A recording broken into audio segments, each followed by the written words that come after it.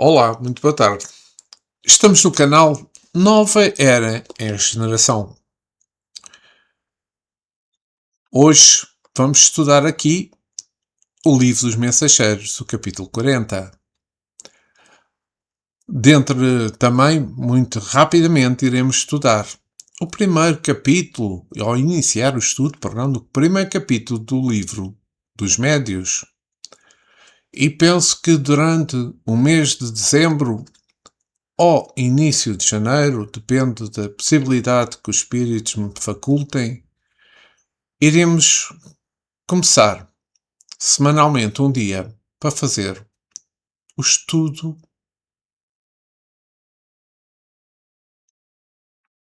Desculpem. O estudo do Evangelho no Lar. Mas, mais proximamente, divulgarei mais informações sobre este estudo.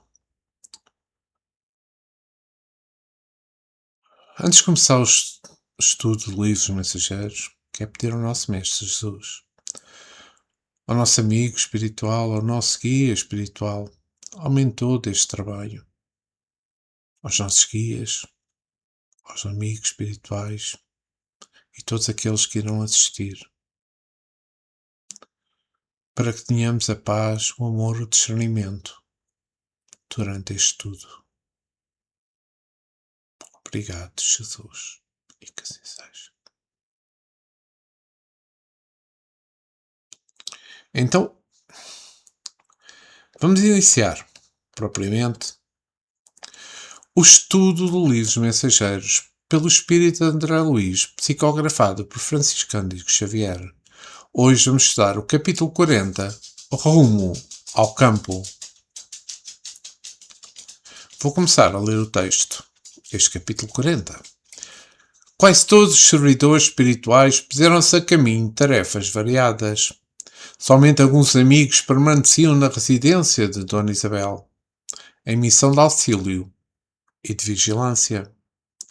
Notei que Aniceto continuava distribuindo instruções diversas, dirigidas em caráter confidencial a determinados companheiros, a respeito da missão que lhe confiara Telésforo. Antes do meio-dia, porém, convidou-nos a acompanhá-lo. Na oficina, disse-nos bondoso, encontramos revigoramento imprescindível ao trabalho. Recebemos reforços de energia. Alimentemo-nos convenientemente para prosseguir no esforço.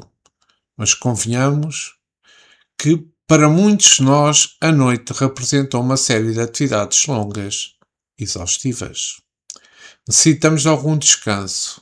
Voltaremos ao crepúsculo. Aonde iríamos? Ignorava André Luís. Recordei que, de facto, se alguns haviam repousado num santuário doméstico durante a noite, a maioria havia trabalhado intensamente e concluiu-se de muitos pela manhã haviam tomado rumo às obrigações, outros teriam buscado o repouso indispensável. Aonde vão? Perguntou o companheiro de vigilância que se fizera nosso amigo. Antes que respondêssemos, Aniceto esclareceu. Vamos ao campo. E dirigindo-nos especialmente a Vicente e a mim, considerou, utilizemos a volitação, mesmo porque não temos objetivos imediatos no centro urbano. Notei que se movimentava agora minhas faculdades volitantes com facilidade crescente. A excursão educativa, com escala no posto de socorro de Campo da Paz, fizeram-me grande bem. Melhorar o adestramento, senti-me fortalecido ante as vibrações de ordem inferior. Mobilizava os recursos próprios sem dificuldade. Reparei igualmente que as minhas possibilidades visuais cresciam sensivelmente.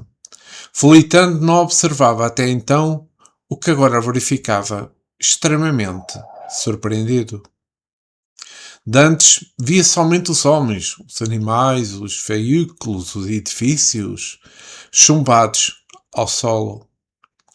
Agora a visão dilatava-se. Reconhecia de longe o peso considerável do ar que se agarrava à superfície.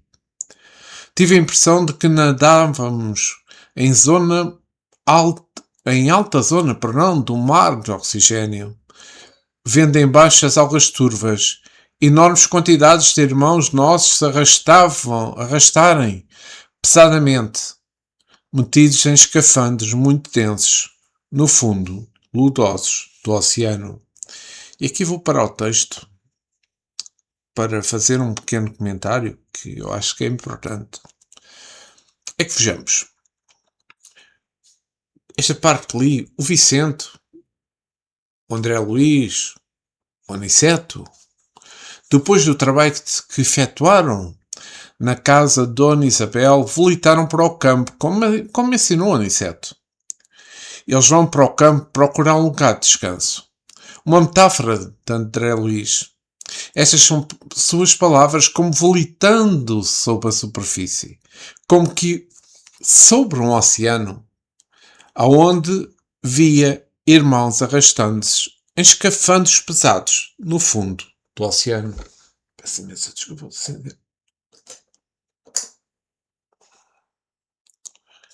Podemos verificar aqui, com estas palavras de André Luís, o peso que a atmosfera terrestre exerce sobre cada um de nós.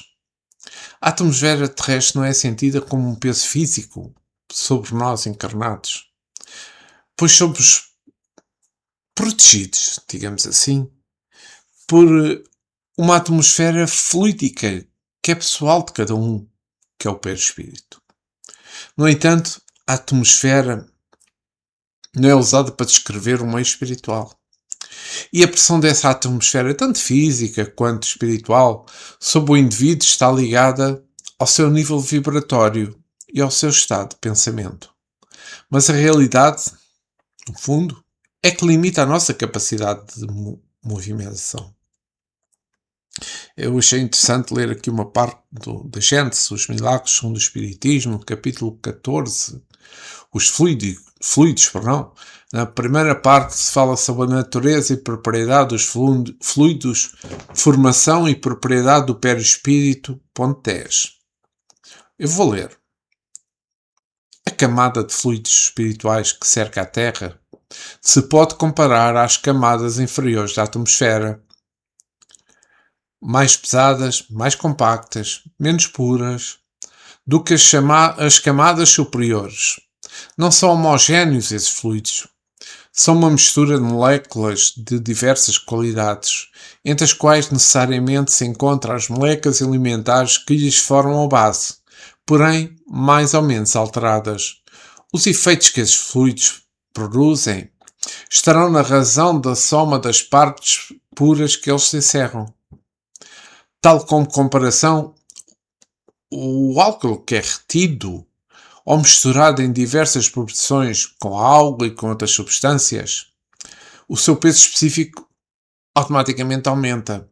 Por efeito dessa mistura, ao mesmo tempo que a sua força e a sua inflamabilidade diminuem, embora no todo continue a haver álcool puro. Então os espíritos chamados a viver naquele meio tiram dele seus perispíritos. Porém, conforme seja mais ou menos depurado o espírito, o seu perispírito se formará das partes mais puras ou das partes mais grosseiras do fluido pelicular ao mundo em que ele encarna. O espírito produz aí, sempre por comparação e não por assimilação, o efeito de um relativo químico que atrai a si as moléculas de que a sua natureza pode assimilar. Resultado desse facto capital, a constituição íntima do perispírito não é idêntica em todos os espíritos, encarnados ou desencarnados, que povoam na Terra. Ou também possam povoar no espaço que o circunda. E o mesmo já não se dá com o corpo carnal, que, como foi demonstrado, se forma dos mesmos elementos, dos mesmos fluidos, qualquer que seja a superioridade ou inferioridade do espírito. Por isso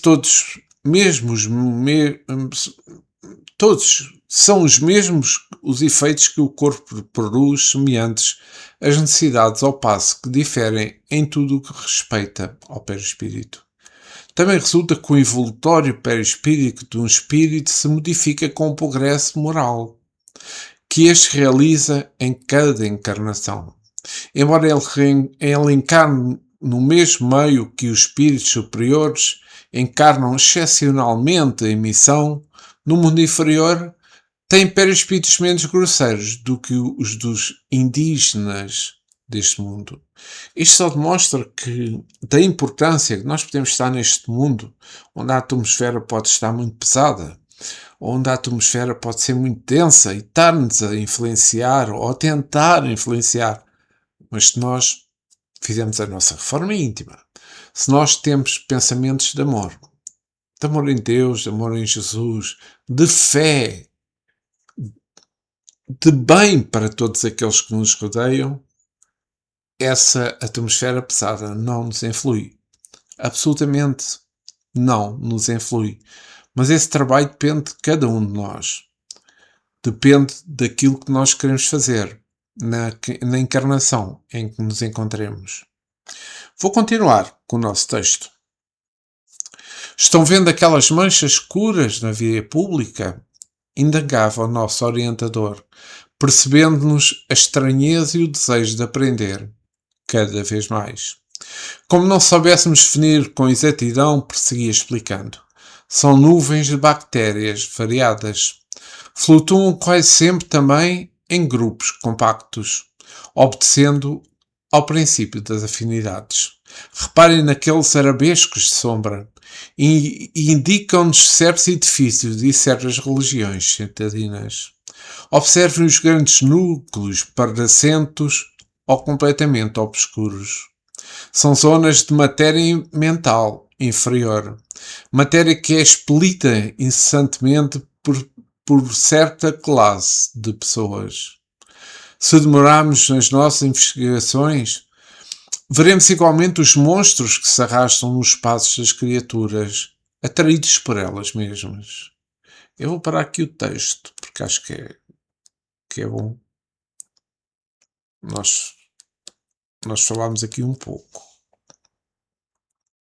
Então, nesta parte do texto, Aniceto relata zonas de matéria mental inferior.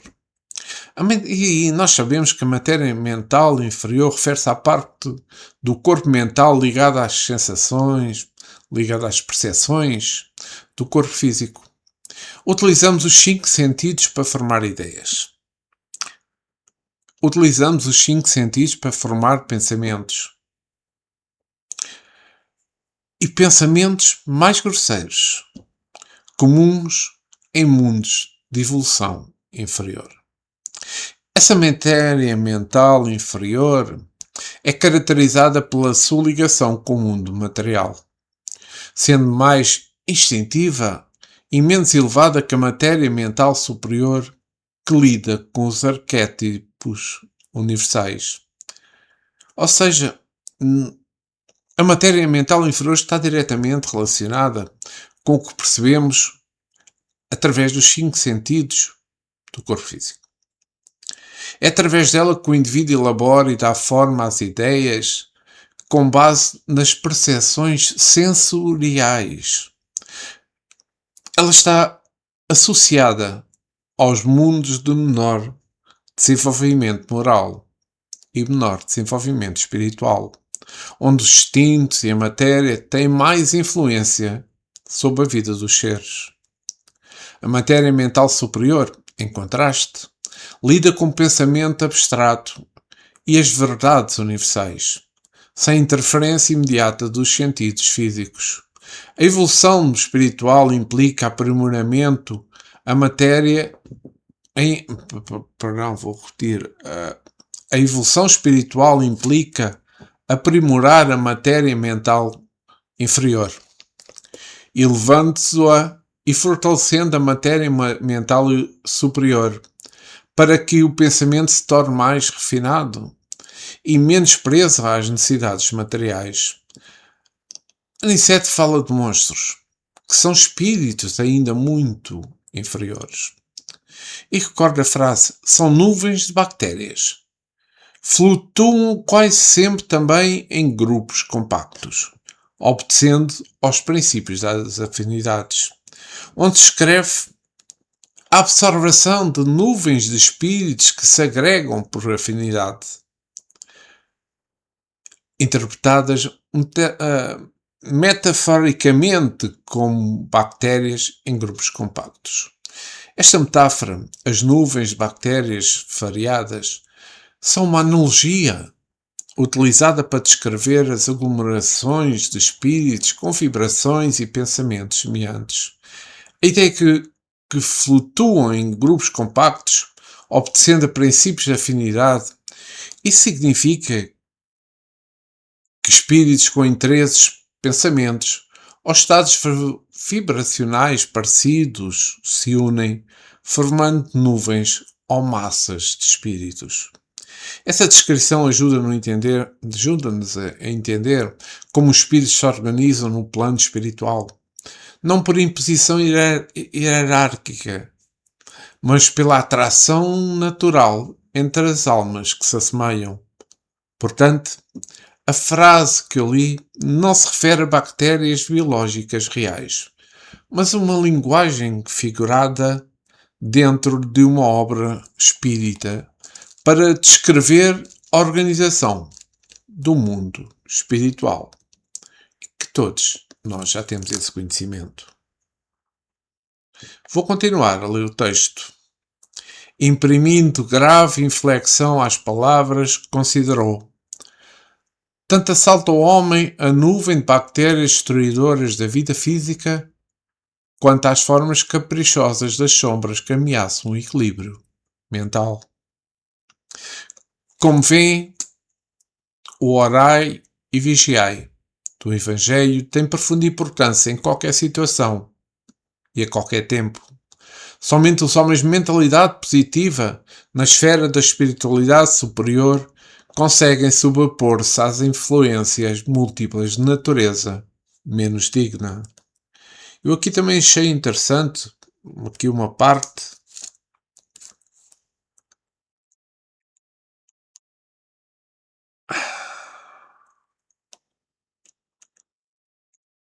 peço imensa desculpa.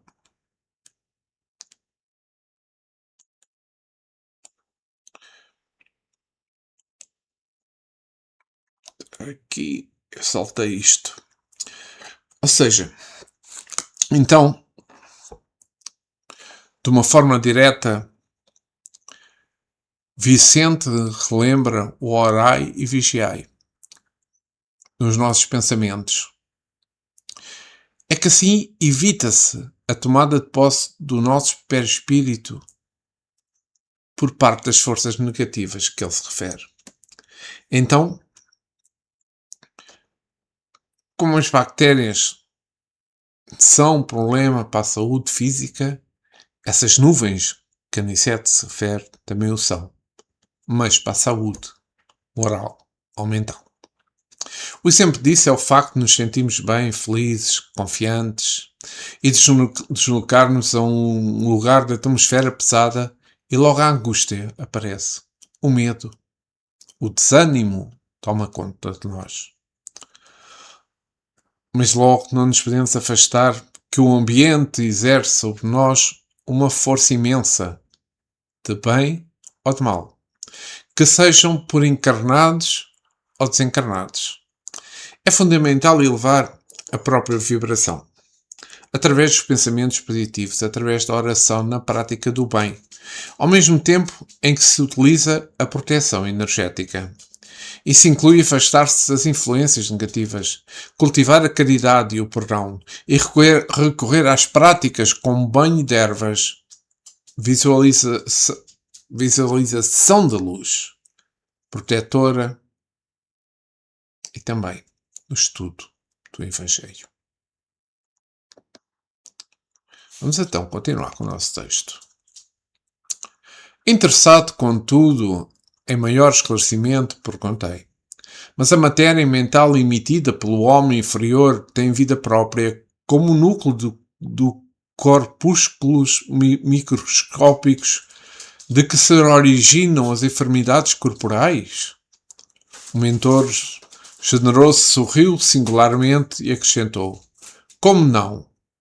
Vocês presentemente não desconhecem que o homem terreno vive num aparelho psicofísico? Não podemos considerar somente no capítulo das moléstias a situação fisiológica propriamente dita, mas também o quadro psíquico da personalidade encarnada. Ora, se temos a nuvem de bactérias produzidas pelo corpo doente, temos a nuvem de larvas mentais produzidas pela mente enferma em identidade de circunstâncias. Deste modo, na esfera das criaturas desprevenidas nos recursos espirituais, tanto adoecem corpos como adoecem almas. No futuro, por esse mesmo motivo, a medicina da alma observará a medicina do corpo. Poderemos, na atualidade da Terra, fornecer tratamento aos organismos de carne. Semelhantes tarefas dignificam a missão de consolo, de instrução e do alívio. Mas, no que concerne à cura real, somos forçados a reconhecer que esta pertence exclusivamente ao homem-espírito. E vou parar o texto por aqui. Então, fechamos. André Luís perguntou: mas a matéria mental emitida pelo homem inferior tem vida própria, como o núcleo de corpúsculos microscópicos de que se originam as enfermidades corporais? É que, nesta pergunta de André Luís, a expressão larvas mentais, digamos assim, porque que o Aniceto respondeu, é como dizer que os pensamentos de nós encarnados influenciam os fluidos que nos circundem, que nos rodeiam. As larvas mentais são aglomerados de energia densa ou formas de pensamento, criadas e sustentadas por pensamentos e sentimentos negativos, repetitivos, como a culpa, como o ódio ou como os vícios. Elas não são seres vivos físicos, mas sim criações mentais que se fixam em pessoas, objetos ou locais, agindo como parasitas energéticos, que se alimentam de vibrações baixas e podem causar desequilíbrios físicos e também espirituais. Como sabemos, então, no mundo espiritual também há micro-organismos que atuam no nosso corpo perispiritual, causando perturbações e principalmente enfermidades que podem, cedo ou tarde, serem reveladas no corpo físico. Eu vou ler aqui o que eu retirei do site Espiritismo na Prática, onde diz: André Luís, em várias obras, cita a presença de larvas parasitas mentais que se agregam ao perispírito decorrente do desequilíbrio mental do espírito, uma vez que no mundo espiritual há um entendimento que a saúde e as enfermidades são geradas pelo bom e mau pensamento. Como o nosso corpo físico é um espelho do mundo espiritual, logo entendemos que as doenças ocorrem primeiro no corpo espiritual, para depois aparecerem no corpo físico. Então, pergunto, a mente pode ficar doente? Então a resposta é que sim, é afirmativa. Sempre que o corpo adoece, o espírito está com a mente enferma. A cura é sempre de dentro para fora. Assim como todas as causas das doenças são decorrentes da mente perturbada ou da mente que é invigilante. De dentro para fora. O nosso sistema imunológico, recebe e comanda os impulsos nervosos que decorrem do cérebro e que as suas estruturas psicossomáticas são vitalizadas pela energia mental e basta um pensamento errado para que desorganizemos ou enfraquecemos os recursos essenciais para fortalecer o sistema imunológico físico e também mental. Recordemos que a nossa mente pode fortalecer, inibir a presença ou a entrada mesmo de agentes patogénios, uma vez que não haja o alimento energético espiritual e nem a vibração inferior para que eles se repliquem. Estes serão facilmente combatidos. Além das células de defesa realizarem o seu trabalho de proteção no nosso organismo, a nossa mente vitaliza e fortalece as nossas células. Então, quando os micro-organismos encontram um ambiente adequado para se produzirem, é porque a nossa mente está enferma, em desequilíbrio e, como eu disse há bocado, invigilante. E que precisamos trabalhar para reequilibrar e reestruturar em nós a vibração, a sintonia adequada com o mundo espiritual superior. O pensamento cura enfermidades, pois todas as nossas ações, todas as nossas atividades no plano físico são originárias do pensamento. Nada que fazemos decorre sem passar pelo pensamento. Tudo se origina no pensamento. Desta forma, quando criamos um ambiente equilibrado, com vigilância, com oração, com esforço pessoal, conseguimos vencer as enfermidades. E explica porque certas pessoas conseguem a cura de doenças terminais. Não é importante isto? Essas curas decorrem por mudança do padrão mental, pois se regeneram e fortaleceram todo o seu organismo físico, criando melhores condições para as células se fortalecerem, para as células de defesa serem mais eficientes no combate aos agentes invasores. Enfim, a mente é um veículo principal para tudo o que nos acontece. Eu tirei um pequeno apontamento no livro Evolução de Dois Mundos, de André Luiz, onde na parte predisposições mórbidas, eu retirei um pequeno texto que vou ler. Não podemos olvidar que a imprudência e o ócio se responsabilizam por múltiplas enfermidades, como sejam os desastres circulatórios provenientes de gula, as infecções tornadas de higiene, os desequilíbrios mentais nascidos da toxicomania, a exaustão decorrente de excessos variados. Deste modo, porém, a etiologia das moléculas perduárias que afligem o corpo físico e o dilaceram, guardam no corpo espiritual as suas causas profundas. Eu achei importante falar sobre esta parte porque é uma parte que é importante para todos nós. Para aqueles que sabemos, para aqueles que não sabem.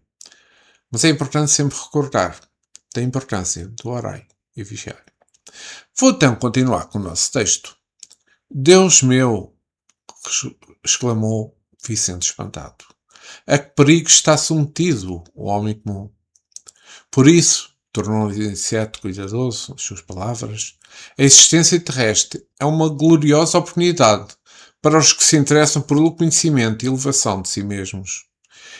E por esta mesma razão, ensinamos a necessidade da fé religiosa entre as criaturas. Desenvolvendo essa campanha, não pretendemos intensificar as paixões nefastas do sectarismo, mas criar um estado positivo de confiança, otimismo e ânimo sádio na mente de cada companheiro encarnado. Até agora apenas a fé pode proporcionar essa realização. As ciências, as filosofias, preparam o campo. Entretanto, a fé que vence a morte é a semente vital. Possuindo o valor eterno, encontra o homem bastante dinamismo espiritual para combater até à vitória plena em si mesmo. Compreendendo que precisaria completar o esclarecimento, exclamou, depois de pausa mais longa. Todos precisamos saber emitir e saber receber.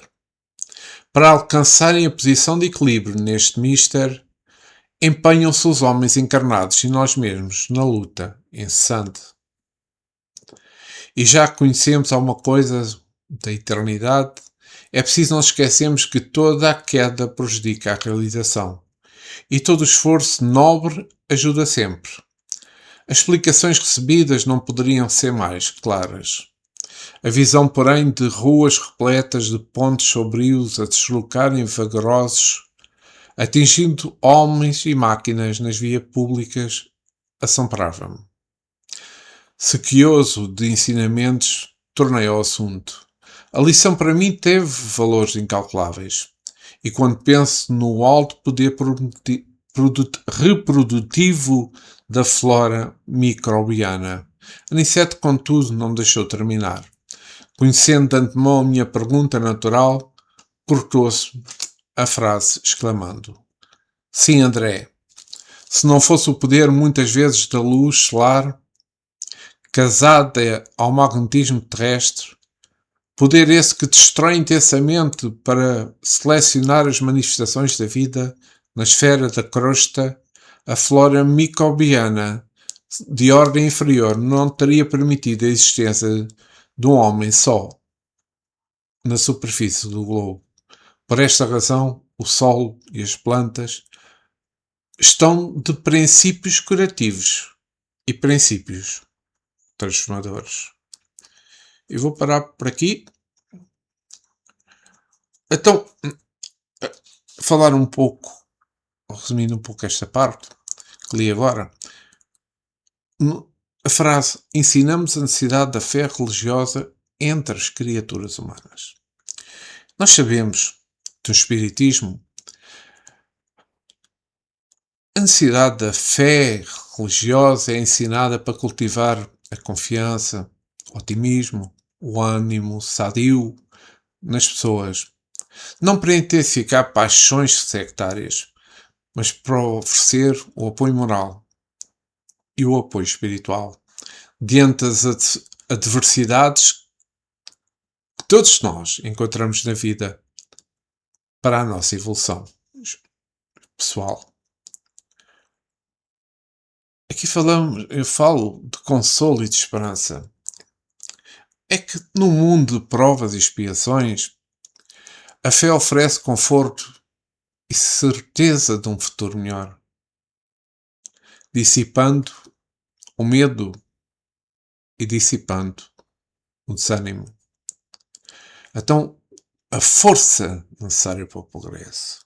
Ela dá ânimo e coragem para superar todas as dificuldades que nós encontramos no dia a dia, fortalecer o caráter e avançar no caminho da evolução moral e de evolução intelectual. Então, temos de ter a confiança na providência divina. A fé no Espiritismo está ligada à crença de um Deus justo, um Deus bom, que governa o universo com amor e que na lei da causa e efeito que traz as experiências necessárias para o aprendizado. Resumindo, a fé religiosa no Espiritismo é uma ferramenta de edificação moral e espiritual que ajuda o indivíduo a enfrentar com esperança, com serenidade, impulsionando o seu progresso na direção da perfeição. E de acordo com a doutrina espírita, a flora microbiana de ordem inferior não permitia a existência humana sem a ação combinada com a luz solar e do magnetismo, a luz solar com o magnetismo terrestre. Essas energias, aliás, essas forças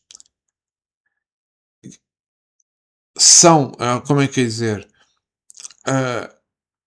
as forças as combinações entre a energia solar e o magnetismo terrestre agem como forças seletivas, como forças transformadoras. É isso que eu queria dizer. Essas energias criam condições que permitem a vida complexa. E como resultado, o Sol, as plantas, têm princípios curativos e transformadores. A combinação da energia solar com o magnetismo terrestre atua na crosta terrestre de forma destrutiva. Mas essa destruição seleciona e permite a sobrevivência de formas de vida mais complexas, como são nós, os seres vivos. E os seres humanos, neste caso.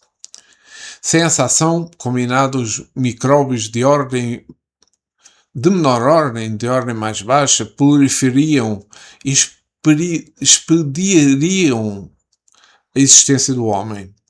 Como consequência da ação energética que permite a vida no Sol, nas plantas, produtos de interação entre essas forças são repletos de princípios com propriedades curativas, com propriedades transformadoras. No capítulo 14 da Gênesis, intitulado Os Fluidos, explica que a natureza e as propriedades dos fluidos espirituais, que são a matéria-prima do mundo espiritual, o veículo do pensamento e a base para a transformação do perispírito. Os fluidos podem ser moldados pelos pensamentos e sentimentos de cada espírito, tanto para a criação de efeitos como imagens, luz e imagens, quanto para as manifestações mais completas, como curas, aparições e obsessões. Então, a natureza e princípio dos fluidos, o fluido cósmico universal. Já conhecemos, mas eu vou voltar a falar nisso. Essa é uma matéria elementar primitiva do universo, que pode estar de eterização, ou seja, imponderável, ou materialização, ou seja, tangível. Então sabemos que o perispírito, sobre o perispírito, que é um corpo sem matéria física, originário da condensação do fluido cósmico. Ou seja, a sua composição é incompreendível. Não é possível nós, no estágio que estamos, compreendermos a composição do perispírito. Mas estes pontos são extremamente importantes. Então, o perispírito envolve a alma e é formado a partir das qualidades dos fluidos que o moldam. Temos o fluido universal, um estado de fluido cósmico, a atmosfera dos espíritos. É o meio pelo qual os espíritos operam, onde se manifesta a luz espiritual e onde o pensamento se propaga. Então, a qualidade dos fluidos é influenciada por a moralidade dos espíritos que o envolvem, que já vimos atrás. Fluidos emitidos por maus espíritos são viciados, enquanto de bons espíritos são puros. Aqui, acho que foi importante falar nisto, mas eu queria só aqui mencionar o seguinte. Na cura, por exemplo, a ação fluídica repara um corpo doente, seja por magnetismo magnético ou pela ação direta dos espíritos. É possível. Pelo fluido cósmico universal. As manifestações físicas visíveis devido à ação sobre a matéria, pelo fluido cósmico universal. A opção, a ação do fluido viciado através dos espíritos inferiores. Tudo através do fluido cósmico universal. Se nós soubermos aproveitar esse fluido cósmico universal, nós sabemos moldar no bem, na fé, na esperança, no amor. Então, vou continuar o nosso texto.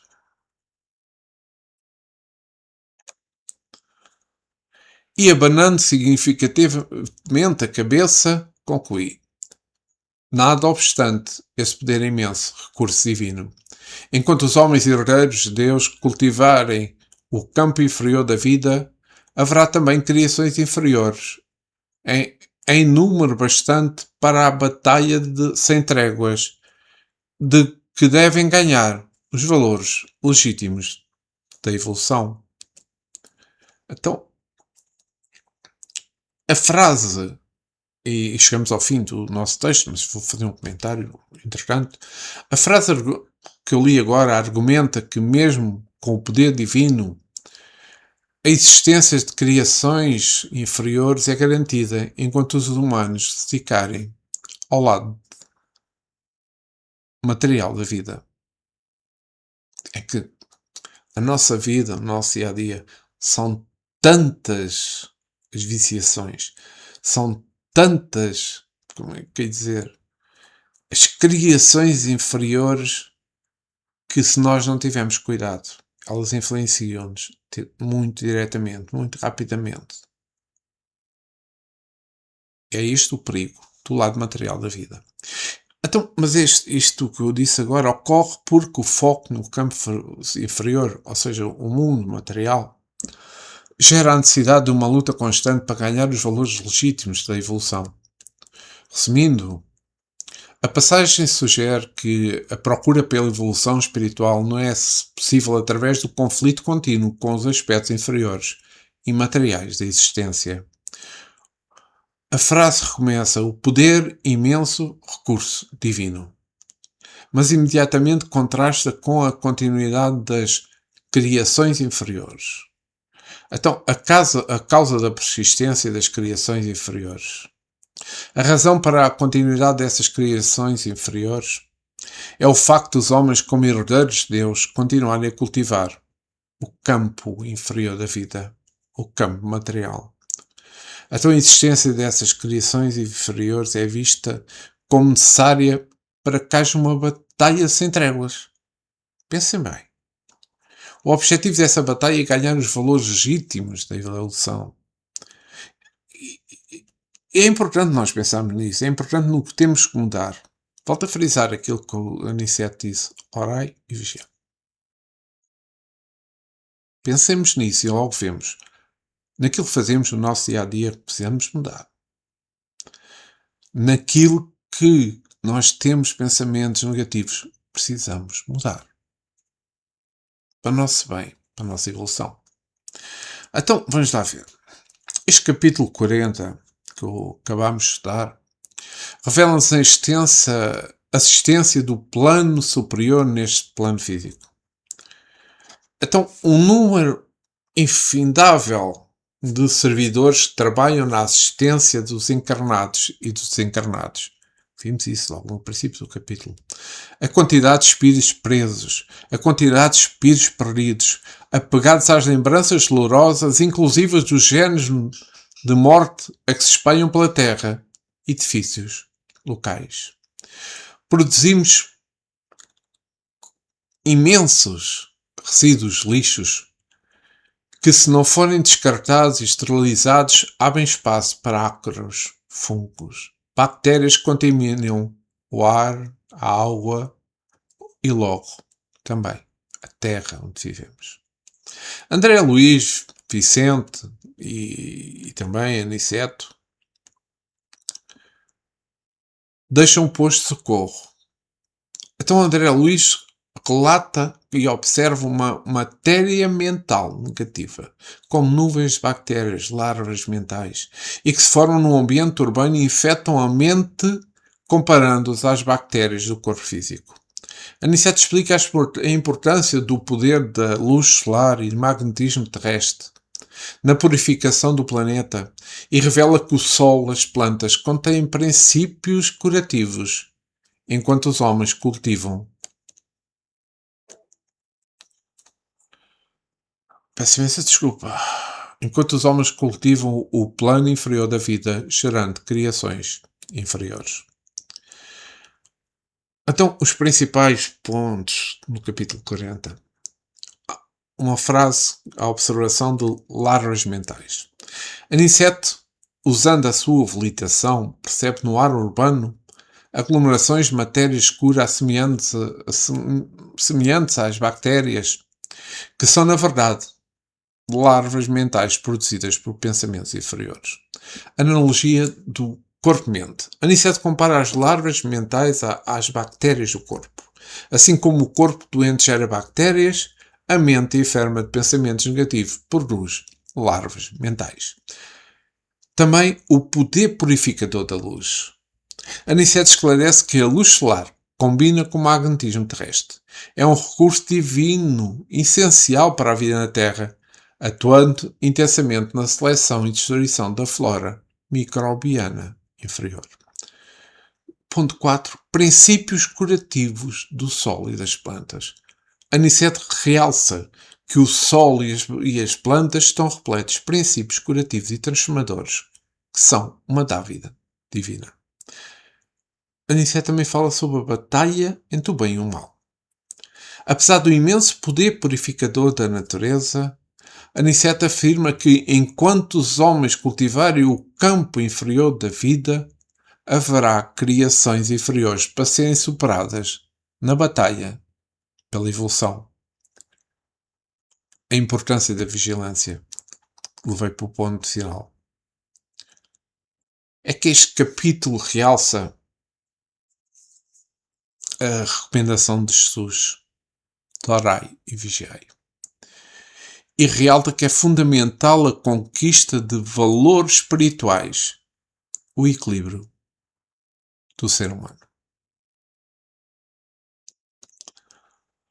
E espero que tenha sido do vosso agrado.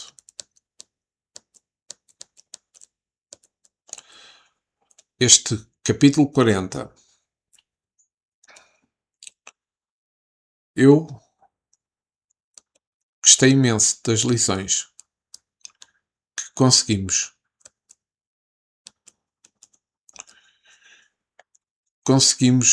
digamos que, retirar deste capítulo 40. São lições tão importantes.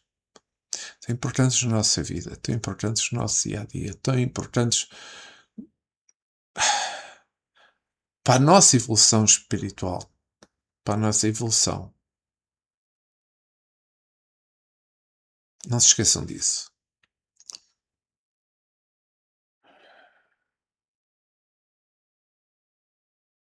Quero agradecer ao nosso Mestre Jesus. Aumente todo este trabalho. Aos nossos guias espirituais. Aos nossos amigos espirituais. Pelo momento que nos proporcionaram de estudo deste capítulo 40 do Livro dos Mensageiros. Muito obrigado por terem estado entre nós. Muito obrigado por permitirem o discernimento deste tudo. Ficai connosco agora e sempre. E que assim seja.